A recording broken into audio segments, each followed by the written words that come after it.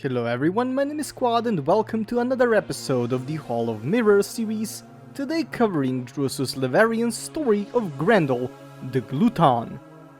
In the aftermath of the collapse of the mighty Orokin Empire, a tale of survival and retribution unfolded on the icy plains of Europa. This is the story of an Orokin Executioner named Karishh, whose reign of opulence and cruelty over the famine-stricken city of Rida would soon come to a dramatic end. In the heart of Rida, Karishh, a violence-scented behemoth, lived within the safety of his fortified mansion. While the city's desperate citizens struggled to survive, Karishh reveled in a life of extravagance.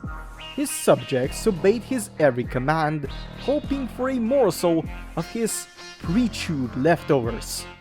And as starvation gripped the city, Karishh decreed yet another lavish feast for himself and his gluttonous followers.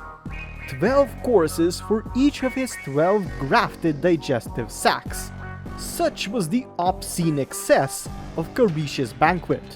However, an unexpected guest was about to crash this opulent affair. A shallow trench ran through the ruins as if some colossal force had rolled a boulder down the hill. But what if it had rolled uphill? Picture, if you will, Karish's Dax, dumbfounded by the sight before them, a massive ball that just rolled at them uphill. They sounded no alarm, they just watched, and this is how they made their lethal mistake.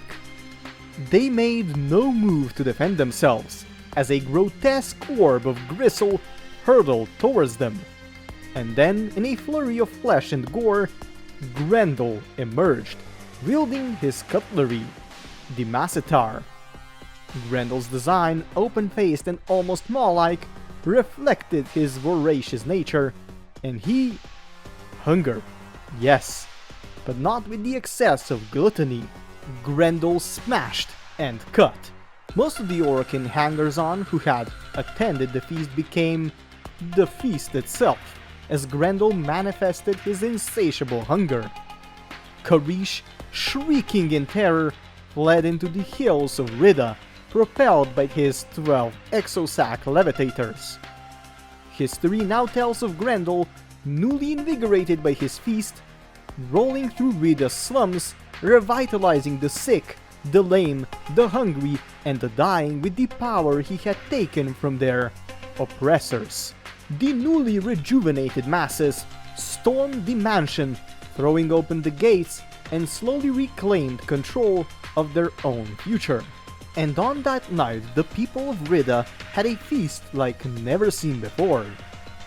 Karishh fled towards the Rosette Peaks, pursued by Grendel. His fate now remains a mystery. But as the people reveled in their newfound freedom, a peculiar sound echoed through the mountains.